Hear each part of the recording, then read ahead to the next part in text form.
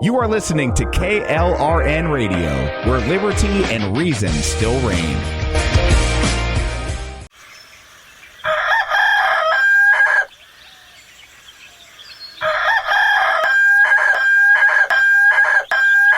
If you prefer real mornings, shouldn't you have a real breakfast? At McDonald's, we get real about breakfast. That's why you can have a savory sausage biscuit with delicious hash browns for only $1.50. It's time to wake up breakfast. Single item at regular price. Prices and participation may vary. Cannot be combined with any other offer or combo meal. Not to be a backseat driver, but can you say for sure you got the best monthly payment possible on your auto loan? Could it be that you might have gotten a better deal by shopping the loan at a few places and have a lower car payment? Next time, before you go car shopping, visit Communication Federal Credit Union first. Our auto loan experts will find you a perfect loan and get you the lowest monthly payment we can. Communication Federal, your auto loan experts. Restrictions apply. Federally insured by NCUA. Ready to stand out, Army ROTC prepares you not only as a college student, but as a strong leader, allowing you to earn the rank of second lieutenant. You will be eligible for full tuition merit-based scholarships and develop leadership skills essential for your future. Start strong and enhance your college experience. Visit your campus Army ROTC representative today. To find out how you can earn up to a full tuition scholarship, visit goarmy.com/podcast to locate your closest ROTC program today. Army officers inspire, strengthen others. Paid for by the United States Army. Hi, I'm Mike, founder of DollarShaveClub.com. What is DollarShaveClub.com? Well, for $1 a month, we send high-quality razors right to your door. Yeah, $1. Are the blades any good? No. Our blades are f***ing great. Each razor has stainless steel blades, an aloe vera lubricating strip, and a pivot head. It's so gentle a toddler could use it. And do you like spending $20 a month on brand name razors? 19 go to Roger Federer. I'm good at tennis. And do you think your razor needs a vibrating handle, a flashlight, a back scratcher, and 10 blades? Your handsome-ass grandfather had 1 blade and polio. Looking good, Pop-Up! Stop paying for shave tech you don't need. And stop forgetting to buy your blades every month. Alejandro and I are going to ship them right to you.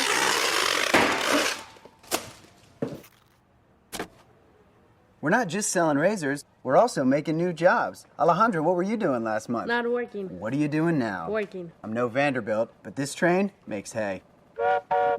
So stop forgetting to buy your blades every month and start deciding where you're going to stack all those dollar bills I'm saving you. We are DollarShaveClub.com, and the party is on.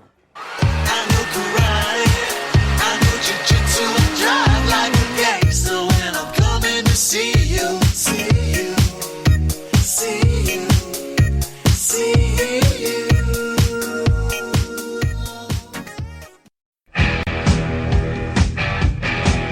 KLRN Radio has advertising rates available. We have rates to fit almost any budget. Contact us at advertising@klrnradio.com.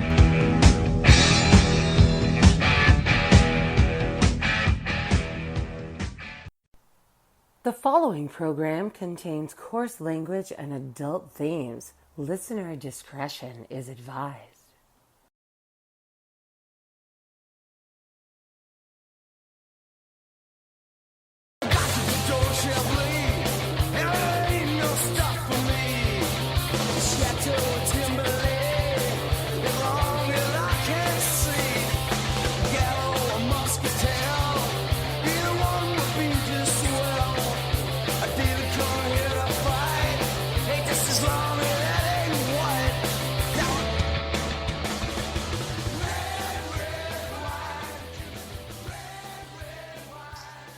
Good evening, everyone. Happy 2024 that we are now finally in the new year, and hopefully we can leave 2023 in the dust, at least. In the butt. We're done.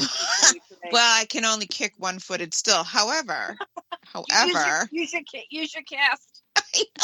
The good news is I've been told I should be getting a walking cast on my foot, which means I'll be able to walk on my own 2 feet. Well, not technically, but I still kind of will. It's actually going to be a limping cast, right? Because you're not and really that's going to be walking. I just want to be on my feet so that I don't have to sit there and I'm telling you, I didn't realize that my left leg is like the leg of steel. Because that's been doing all the work.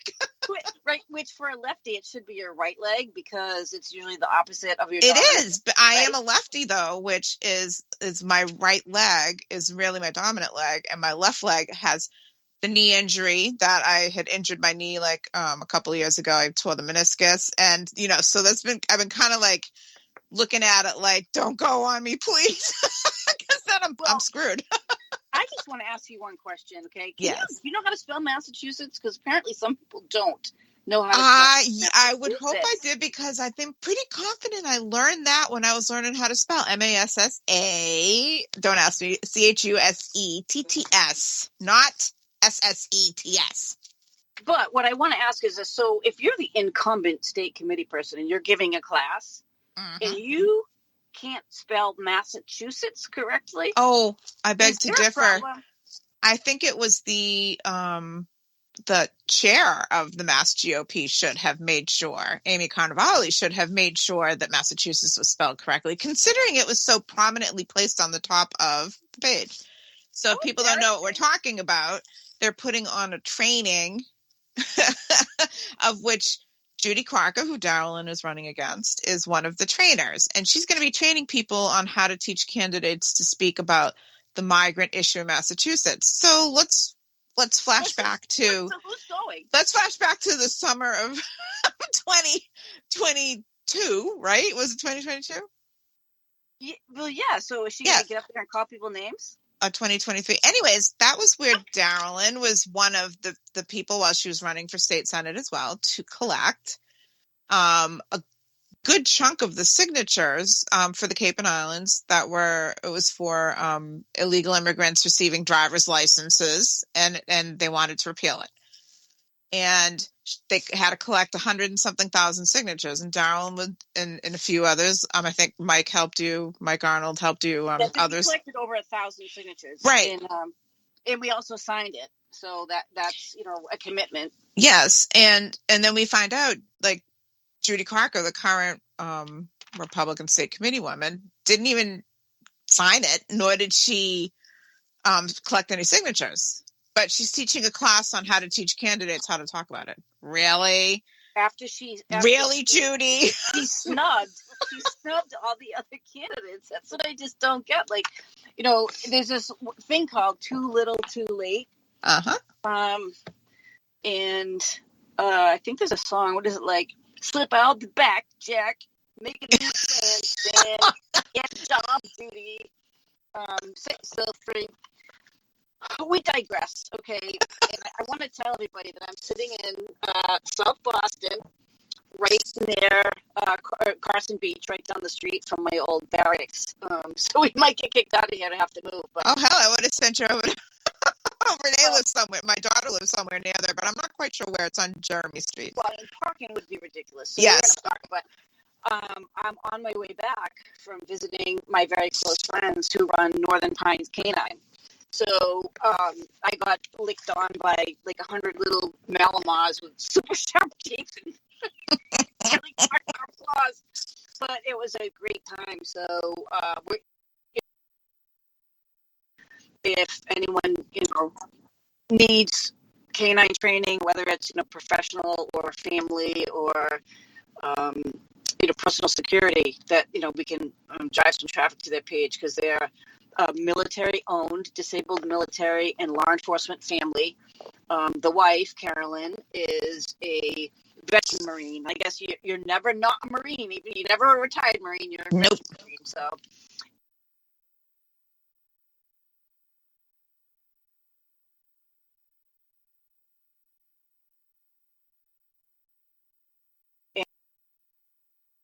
When we can. Now. Oh. What's that?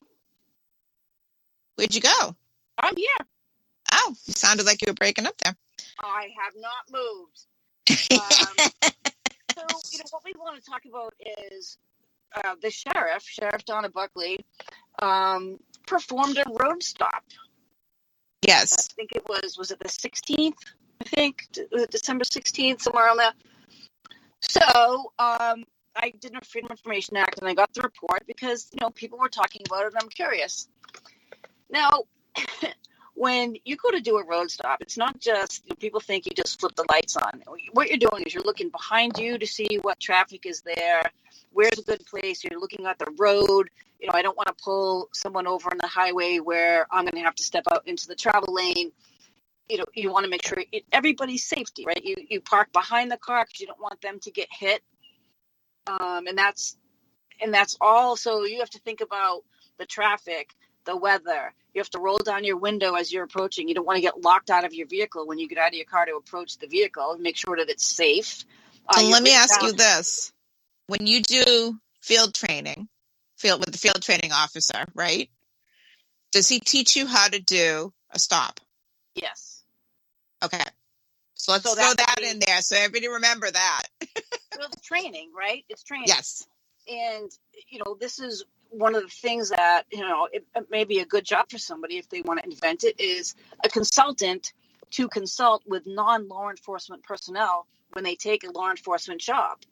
So when you say to the public that we need to be less of a law enforcement organization, which that was Sheriff Buckley's platform, is that we do too much with a boat and, you know, we shouldn't have patrols. Yet she's at every single police agency snapping pictures. Anytime a cop dies, she does the same thing. She throws it up on her page. Yet she stands on the headstones of our fallen veterans. So, you know, we didn't go out of our way to find these things, right? But there was such a plethora of problems. You know, we had the firing of several veterans, and they were veteran employees, you know, 17, 18, 19 years, and they were veterans. Marine Corps and the Coast Guard, there was several of them that were fired. You also have to be able to take care of your people. And if you don't have trust, then you have nothing.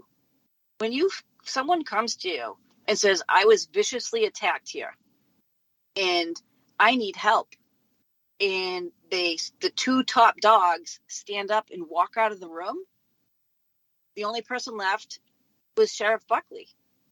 And that person was like, well, I don't understand what just happened, right?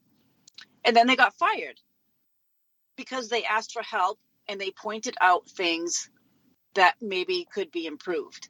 Now, was it a communication issue? Whatever. As a leader, you have to understand that people communicate in different ways. But the point got across that, listen, these corrections officers are being exposed to horrible suicides, like a bloody bloodbath. And none of them were spoken to. None of them were given counseling. There was no debrief.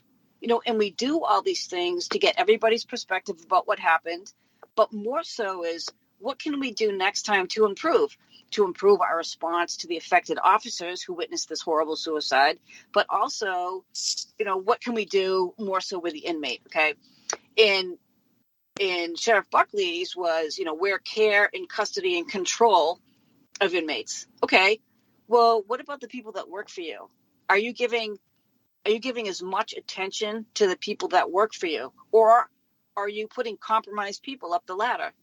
She's putting compromised people up the ladder, right? Right. What about Donnie Doyle? Would you hire Donnie Doyle? No. I mean, you know, there's rumors that, you know, he had an affair with the trainee some time ago. I mean, that's obviously not in policy. Well, it's against the policy, okay? Right. So are you going to promote that person to be the head of the training for the whole entire department, when it's my understanding that most women don't even want to go to the range with him because he sticks his hands in their belts and pushes them back and forth and says, this is what you're going to have to do without no way. No one's grabbing onto my belt as a police officer if I have a gun in my hand. Sorry. You don't do that on the range because it's inappropriate. It's unsafe. Okay. It's maybe if you're, you know, ST6 or something, but not the sheriff's department. Okay. It's just, it's not conducive to training. And he hasn't really done anything his entire career, but because he buys a sober home, then you're going to promote him. Create a position. You're going to create a training position for him.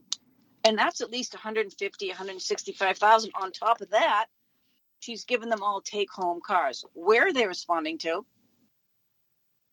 Well, Where do they need to apparently, go? are they doing, pulling people over for riding up what they say is their ass? Well, how about this? You know why she's doing it? Because it adds money onto their pension. Because if you have a take-home cruiser, then you get a bonus in your pension. She made Honan the special sheriff and the superintendent to get him up to Group 4. So she also hired all new medical staff that are now going to be on the pension system where they weren't before. They were a vendor. Okay, so she doesn't like the medical vendor. Then why did you hire all the people that worked for the medical vendor? You got one And guy. that completely does not make sense. You know why? Because more than likely they were short-staffed and they obviously had to go to different places. That happens in a lot of the business, whatever. But when you outsource, you try to outsource your problems to the new place. When you hire all within, with even better benefits, they're still going to call in sick. They're still going to do whatever they want. But the benefits weren't better. They were actually making less money, but they'll get a pension now because she's pulled them into the pension system. But that's not even and let's get right into the road stop. Let's just set this up for people. What was the 16th? Was it a Friday night? So let's keep in mind, okay, everybody should remember, okay, that labor attorney, she does not have a single minute of law enforcement training whatsoever. So let's put that scenario right out there in the very beginning when you describe it. She's never been in law enforcement other than as a labor attorney. Right. And even though she worked within the sheriff's department, yeah, still a big difference. She may think she knows the ongoings and the inner workings, but she doesn't know anything outside the walls. Okay, so we found out that there was a road stop that was conducted at 18:07 hours, which is 6 o'clock, and it's pitch black at 6 o'clock at night now. So just to set this up, a woman was stopped, and the sheriff refused to identify herself and just pulled off. And allegedly, which we have the report, this did happen, she called the chief directly instead of calling into the police department, and which, of course, I'm sure she knows that line is recorded. So, if you screw up, don't pass your screw up on to the chief. Call the department, tell them what happened, and the chief will call you when he's back on duty. But when you do something silly, or I want to say stupid, but I don't want to call her stupid. Just the act was stupid. The act was careless. I don't want to even say stupid. It was poor judgment, right? Very poor judgment. So, Rick, do you want to roll that? Do you have that 911 call ready to roll, and then we'll discuss it afterwards? National Police recorded line, Dr. Burgess. Hi there. I'm just calling because I had a strange interaction just like a minute ago. I'm in Mashpee on the road South Cape, or the road that takes you to South Cape Beach. Okay. But I was coming from the Seabury and actually heading towards, in the opposite direction, heading towards the Mashpee Rotary. Okay. And there was a car in front of me.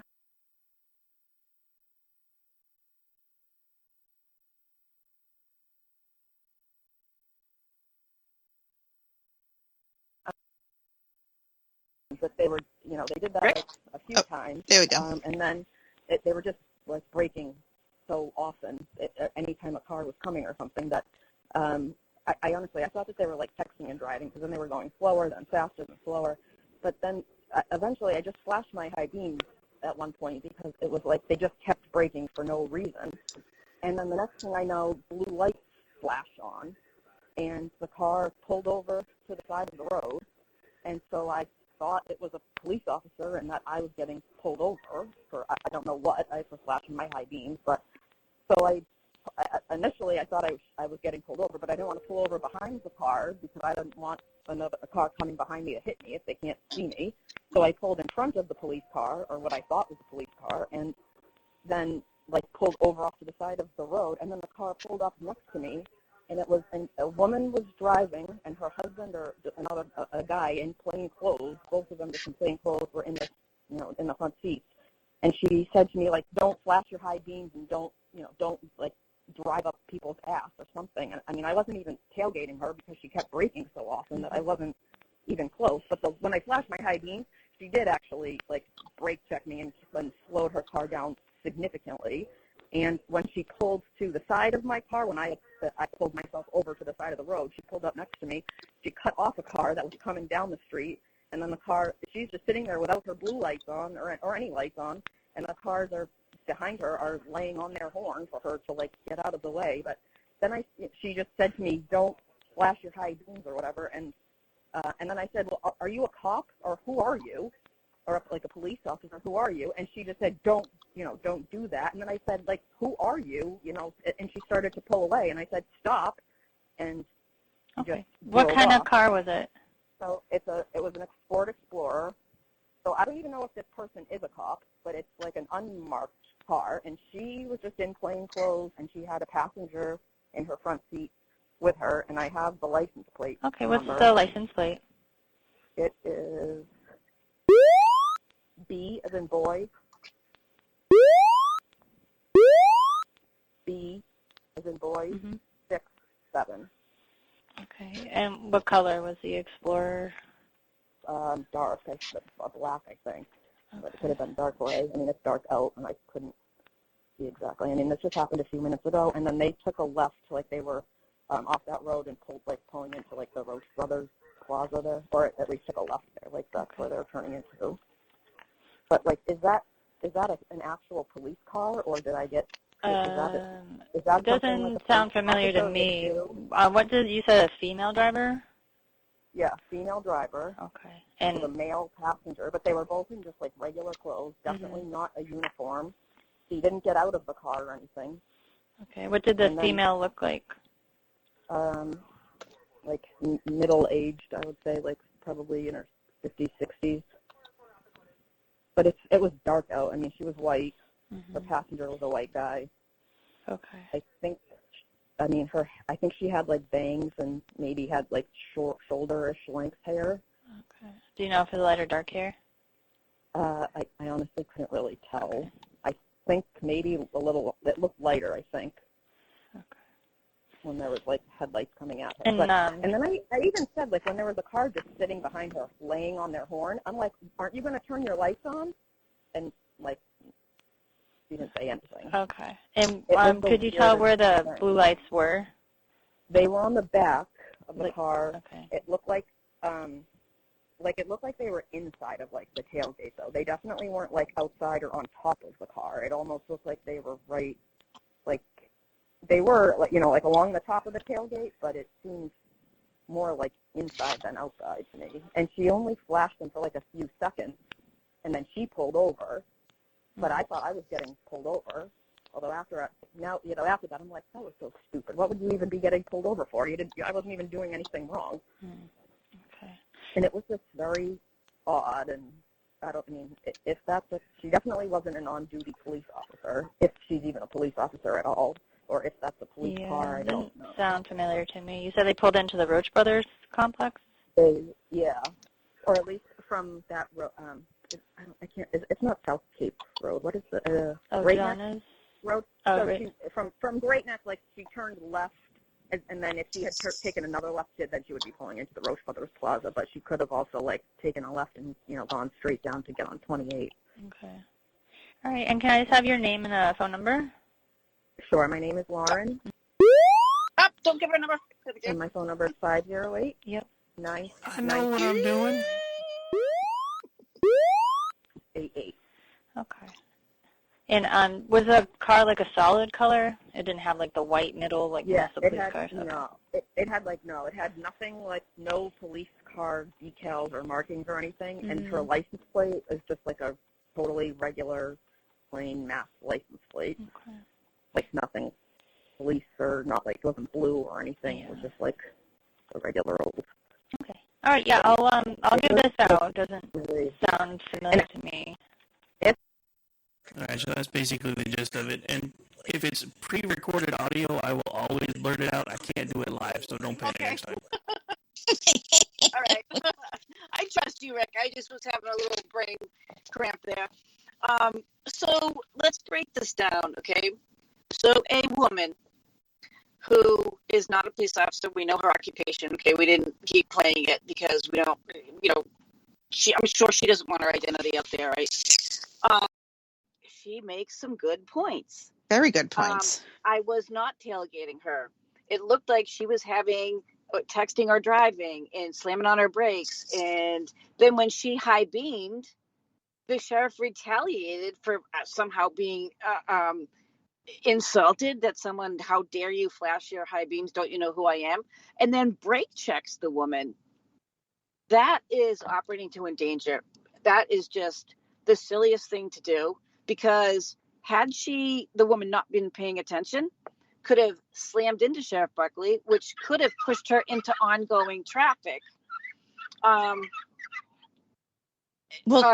only that, crash, right? She also pulled out and cut off a car, right? In her, whatever it was that she was trying to act as, and I mean, we've had a debate, obviously, because in the state of New Hampshire, for example, only certified law enforcement officers can hit their blues. Okay. And we've had a big debate about that because go down that rabbit hole, right? Yeah. Let's not even go down that, because they do have the Constitution, and it's different. They do have the constitutional power to stop a car. In Massachusetts, they do. Right. But I don't even care about that. Okay. This is just poor judgment. Okay. It's poor judgment because, one, you don't know how to position your vehicle. You don't know how to keep that person that you may or may not have, because one action, right? It's like a ripple effect. Donna brake checked her because the woman flashed her lights because she thought that she wasn't paying attention and she was going very slow. So the woman behind her was saying like, hey, like, careful, right? So it seems like the operator of the sheriff's vehicle wasn't self-aware enough to know how she was operating her own vehicle, which, as the woman described so eloquently and calmly and with common sense, is that when an oncoming vehicle came, the sheriff would slow her car down to a not normal traveling speed right on that road. Mm-hmm. And then when the car passed, she would put on her high beams and speed up. So, I mean, that's indicative of a number of things, right? And use your own imagination. Okay. Well, let me ask you this as a former law enforcement officer. If you were the vehicle behind the sheriff's car and you saw what she was doing with the brake checking and the hitting the brakes, slowing the vehicle, all that stuff, would you have pulled that car over? I would have thought they were having a medical emergency for sure. Okay. I would definitely would. Among all the other violations, right? But yes, I would have pulled them over to see if they were having a medical problem, because people don't normally drive like that, slow and fast and slow and fast. And then brake checking someone, like, that's a very aggressive move, right? That's almost a road rage kind of move. And this woman took it in stride, but then she flashes her rear lights, her rear blues. Okay. And then she pulls over. Well, so here we're back to interpretation. Was she just trying to show like, I'm a police officer, blah, blah, blah, blah, right? Okay. Well, what's the next step? So now that woman pulls in front of the sheriff. So now what does the sheriff do? Well, typically you get out of the car with your flashlight and your gun and all the other things and ask for license registration. But since she's not trained to do that, she pulls her car up next to this woman and tells her, stop flashing your beams and stop driving up people's asses. Okay. If one of my guys or girls spoke to someone like that, like, you instigated this whole situation by brake checking her and not driving properly. Okay. So that's the first thing. But are you really going to swear at a constituent or a taxpayer in saying, stop driving up people's asses? No, you mean you are offended that you think I was driving up your ass. So that's what this is about, right? It's not about safety, because she said there wasn't anybody else on the road. But yet the sheriff violates the safety by pulling up next to the woman. She still does not have her blues on, which this woman has an acute attention for detail. And she even says to her, aren't you going to put your lights on so you don't get hit? And the next thing you know, there's 5 cars lined up behind the sheriff beeping their horns. So Imagine that. So say a drunk guy, it's, Friday night, right? Smashes into one of those cars, and then now you get a 4-car crash. And for what? And then she says to her, who are you? Like, who are you? Because she sees what she described, husband and wife, right? And then she's like, well, maybe they weren't. Maybe they were partners, because who else would be, a husband and wife team isn't going to pull me over. That's ridiculous. Well, you got pulled over by a husband and wife team. Ooh, honey, hit the blues.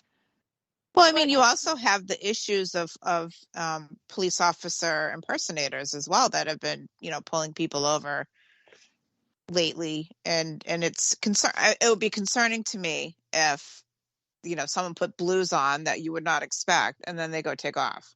But then they pulled up next to you. Yeah. So in police work, it's all about risk mitigation. You always want to go home, and you want to go home safe, and you want other people to go home safe as well. So the first mistake is, if you can't drive at night, then get a driver, right? Yep. That's one. You have your husband in the car. You should never be stopping unless someone's going Mach 5 dragging a body. You never stop a car with your family in the car. Nope. Most of us trained law enforcement officers aren't allowed to have family in the car because it's policy, and it's policy for a reason, right? It's safety.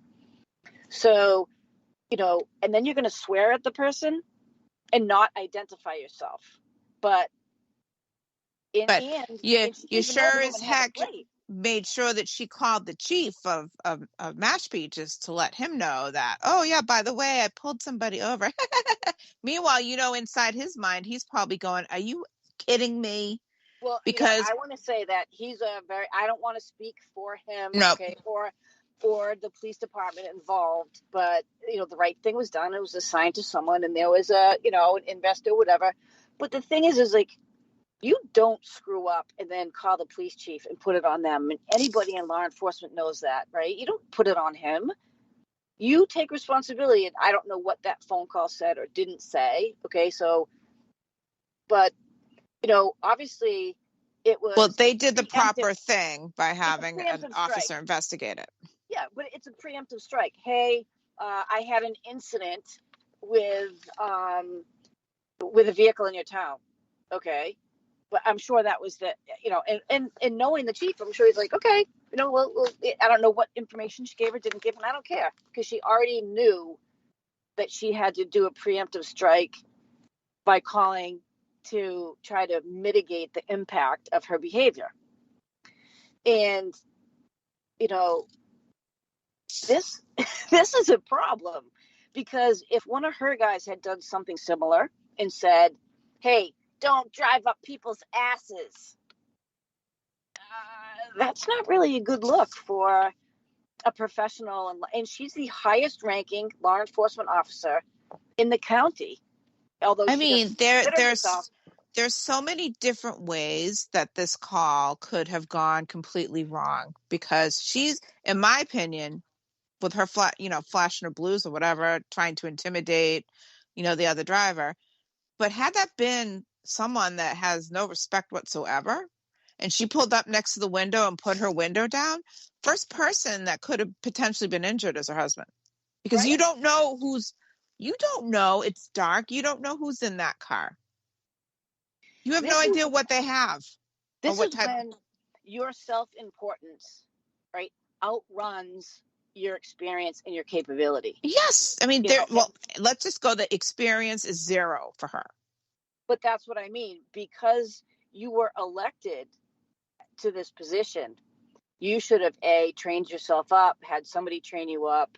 As an example, I fielded a lot of calls for awards. Every year there's an award ceremony at, for the sheriff's people. So I wanted to see what exactly she put forward, because none of her people got an award. And, here's one of the submissions, and you tell me, Di, you've done submissions for awards and for police departments and working as a selectman in the town and all that. So she says, SS so-and-so has been and continues to be the solid backbone of the Barnstable County Sheriff's Office. the October 2021 announcement by former Sheriff Cummings to not seek re-election set up a spirited campaign for sheriff between former state rep Tim Whalen, who was endorsed by Sheriff Cummings, and the office's former general counsel and ultimate winner of the election, Donna Buckley.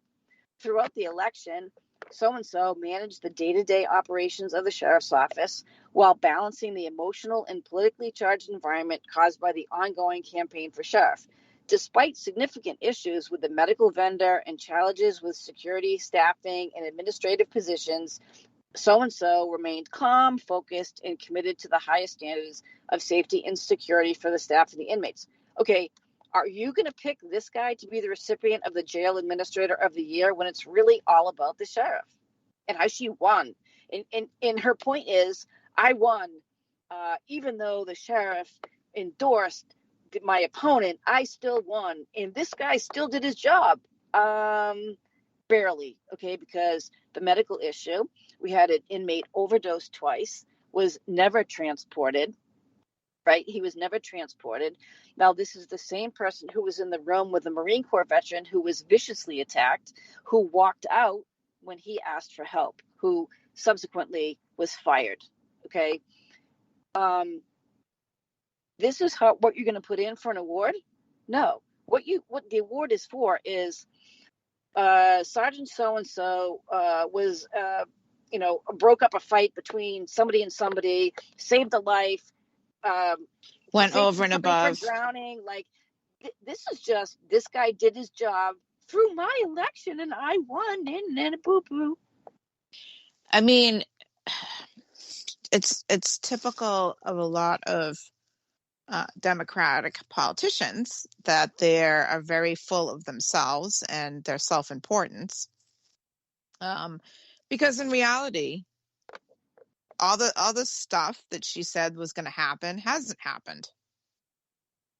Well, I'm sorry. Let me just go on to say, this is cracking me up. During those months, I didn't know it continued. Okay, so more about her. During those months when others have gone silent and shielded away from the work and everyday battles and running the Barnstable County Sheriff's Department, so-and-so was consistently present. You mean he showed up for work? Because you have to do your job. Like, the first thing you have to do is show up, right? Okay, so check, he showed up.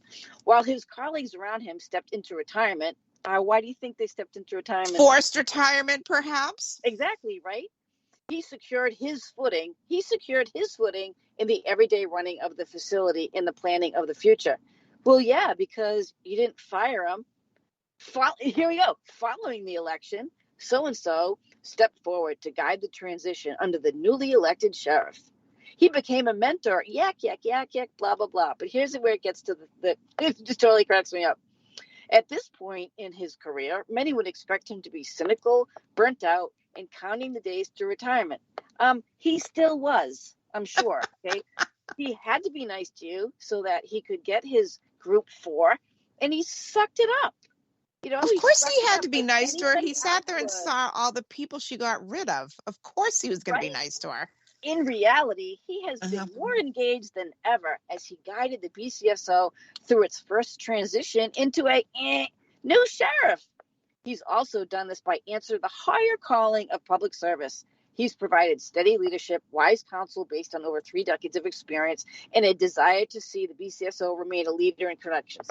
Okay, well, you're a leader in firing veterans. You're a leader in not having mental health for your people. When you promote people beyond their means, you have discontent and bad morale. And what's the tipping point going to be? At some point, this will self-correct. But, you hired a felon. Nobody wanted the felon in there. You have a weak union that won't stand up for the people. You have an organization that's run by fear and intimidation. And when you put forward a guy who had sex with a trainee while she was a recruit and he was a person of superior, he was her superior. I mean, authoritative figure. That is sexual harassment, 100%, even if she was willing, because he has power over her. Okay, now you're going to put him, and there's been other complaints about him. Now you're going to put him in a position where he's in charge of other trainees. Like, poor poor judgment. I don't care if he has the most profitable sober home in Falmouth on Pinton Way. I don't think he was put forward for an award, though.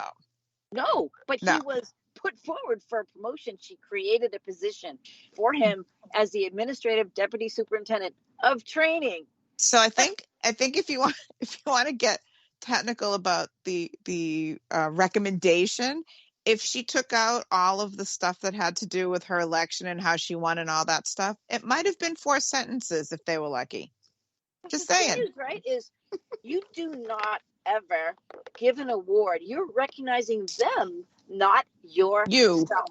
Exactly. So, I don't know who wrote this, right? Maybe it was Casey Myers. Maybe Casey Myers thought she was throwing the sheriff a bone, but I'm sure people looked at this and laughed their heads off because It would have been like, who's getting the award? The sheriff or this guy? Right? Just put the crown on yourself. Maybe he needs an award for having to deal with her. I don't know. Well, she fired all the other people. Yeah. But what I think is that the most of people there, from what I understand, supported Tim Whalen because they somehow thought that, because he was a trooper at one time, that he would be better. I mean, we don't know that. That's yet to be seen, right? But we have to deal with what we have in front of us. Oh, I kind of think that I would have to say a first year certified police officer would probably be better than her. And that doesn't have any experience because she is terrible. She's manipulative. And as you say, I don't know anything about her personality. Okay. I know nothing about her past personality. I know that from my perspective, when I found out Rick Corey was working there, I called the sheriff. I got Carol Ann Ahonen, who told me she was new, and I almost fell off my chair. I'm like, Carol Ann, I know who you are. I left a message for the sheriff, and I left a message for Colleen Wooding, and none of them called me back. And then I did the radio show with Ed Lambert, and then she retaliated by writing a nasty email about me, which isn't a very good. So you don't think listening to her when she was on that radio show, calling Rick Corey the epitome of what she wants how the jail to function, or the sheriff's department to function? Epitome? What happened to the epitome? He's So not on their Facebook page. He's not on either one of their Facebook pages. All the pictures are totally removed. I mean, the biggest issue for me, I think, when she took office was the fact that she immediately revoked working with ICE. And now you have such a huge issue going on down the Cape with, so many assaults that are happening with illegal immigrants or whatnot. And, they can't even ask questions. They can't remove them. I mean, you guys had that murderer from Brazil that was down there that should have been removed. But how about, let's even go just more broad, okay? It was all supposed to be about the care and custody of inmates. So yeah. She took office. There was no programs from the time she took office until right now. There's no work programs. There's no carpentry programs. There's no job training for women like that she promised. She hired a person who campaigned for her, Amy Kular, who by all intents and purposes, from everything, I don't know anything bad. I'm not saying anything bad about her. If someone gave me $170,000 for working 6 months as an attorney at the Barnstable County Sheriff's Office, I would take it as well. But why is Donna Buckley, they came to some impasse, okay, and Amy Kular left as legal counsel, but Donna Buckley paid her $170,000 throughout the whole year. Now she bought out her contract. That's why. Well, I don't know if she had because you work at the will, right? You work at the will. And I understand that, but you still sign every municipality, sheriff's office or whatever, you get a 1 year or 2 year, whatever contract. And in that contract is the clause that's either 60 or 90 day notice. We don't know what it is, right? We don't know what it is. You're telling me that she got paid the $160,000 and I'm going based on $169,000. I'm going based on years of experience of dealing with buyouts to get rid of someone, where you give them the choice of, resign or, sign this whatever and take the money and go. Salary started out at $99,000 a year. That's what it was. She was hired at, maybe I'm wrong in this, but the best of my recollection said that she was hired at $99,000 a year. Why is she getting cashed out at $169,000? She's not a municipal employee. She hasn't really earned any time, right? She hasn't earned, maybe she's earned some sick time, but not $70,000 worth of it. Because when you want someone to leave, you buy them out, you give them a deal, and they go. Yeah. Okay. So now Susan Moran, who's a Democratic senator, Oh dear Lord, in Plymouth counties, has said, you know what? I'm not going to run for re-election again. Julian Sear wants us to make the Cape blue, so I'm going to try to run against Scott Nicholson, who's been the clerk of court since, I don't know, 2012 or something, and he's done a great job. I've had many interactions with Scott, and I support him. I actually sent him money.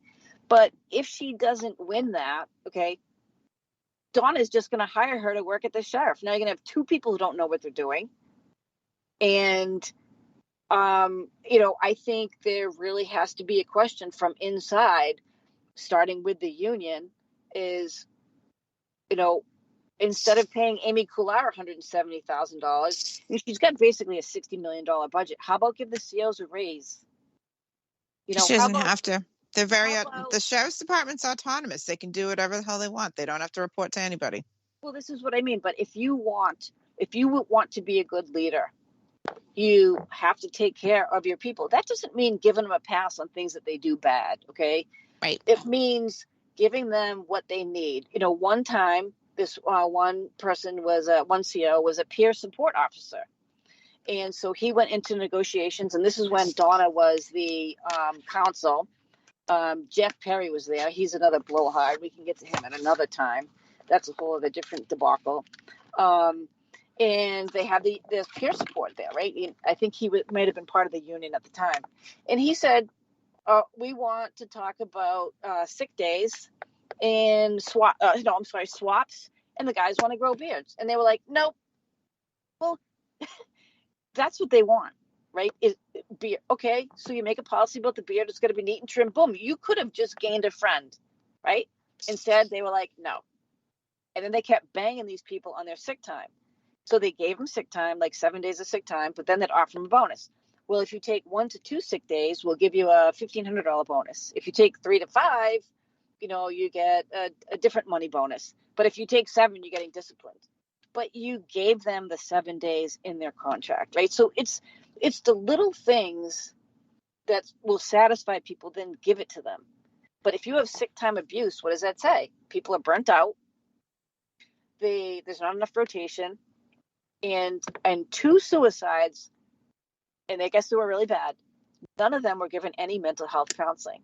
Yet you're going to get in as a sheriff and say, I'm going to give everything to the inmates. Well, what about the people that are also going to jail every day? I mean, they get to go home at night, but their job is to go to jail. And they see terrible things, and they're spit at, and they're yelled at, and they have upper echelon, people who obviously aren't supporting them. But these are the people that you need to take care of, or they're going to leave. And they did leave.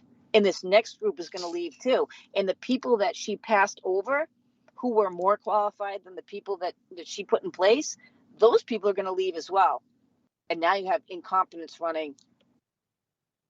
What do they call that? The inmates running the asylum or something like that? Yes. So, what do you do to improve these kind of things? Well, you have to have a strong union. And these people are afraid to speak out. Like some fresh person on Facebook was like, your posts don't get any more than 7 likes. Yeah, but if you go behind the scenes and see that like 3,000 people looked at that post, it's everybody that's at the jail. And yeah, of course they can't like it or whatever. Or, some people have been on our page since before all this stuff and they're still there. But, that's the mentality. So that person is not focusing on the facts, like not focusing on, one of the medical staff injected one of the COs with air because he forgot to fill the syringe with the flu shot. Oh, my God. Then he filled it with the flu shot and gave the needle to one CO and then used the same needle to give the next CO a shot. Oh, my gosh. Right? So that investigation went to Bob Ahonen, and as far as we know, that nurse is still working there. And that nurse somehow his 6-part folder went missing when somebody else made a complaint. Like, hey, aren't we doing background checks on these guys? Because that guy was held here for a domestic abuse charge over the weekend. And of course, then when they went to look for the 6-part file, it was gone. So, you know, is that one guy who gives the needles, like, is he really that important? Or you're just looking for employees that are going to show up? Literally, you know, because one of the things, you know, that we have to look at is to, you know, carefully look at situations that could cause liability issues for the jail, municipalities, whatever. Okay. That is such a big red flag. Right? Like, if I had heard of that and it was, you know, our area, I would have lost my mind. How about this, Di? Your one job that day is to give people flu shots. Okay. First, we load up the syringe, then we stick it in the human. Then we get a new one. We load up the syringe. How dangerous is it to shoot someone with air? I mean, I think that's pretty bad right there, isn't it? Well, thank God it wasn't in a vein. Okay. Yes. It was intramuscular. Okay. So it was okay. But then he used the same, after he, I would have been like, you know what? Forget it, buddy. You're not giving me a shot, period. But then he used the same needle to inject the next person. And like, if I was, that person wouldn't have a job anymore if it was me, because I don't want to get stuck with a needle. I mean, we worry about the whole time when we're out on the road or in the barracks and processing drugs and searching people that we're going to be stuck with a needle, right? Nobody wants to take that cocktail because it makes you sick for like 4 months if it's a precautionary dose, right? So there's all sorts of problems. The other problem is, you know, she seems to think that people want help, you know, that they want to get off drugs, or they want to be rehabilitated. And, you know, you can only rehabilitate someone to the point they want to be rehabilitated. Everybody's going to join because they want to get good time, right? Right. But now what I hear is they've introduced Suboxone and methadone, and Sheriff Cummings used the Vivitrol shot. It's once a month, right? Bing, bing, bang. You don't need to be checking on everybody every day. It's one shot and you're done. But she says care, custody, and control of inmates, yet the same inmate overdoses twice and is not transported to the hospital. Which is mandatory normally in most cases. Well, you know, I don't know if it's mandatory, but you think if he overdoses the second time, I mean, don't you want to know what's in his blood? And you know, or did he overdose on the Suboxone? Was he given too much Suboxone? Because you can overdose on Suboxone, right? So was it to hide the fact that he overdosed on Suboxone? Like, why would you not take that person to the hospital out of an overabundance of caution?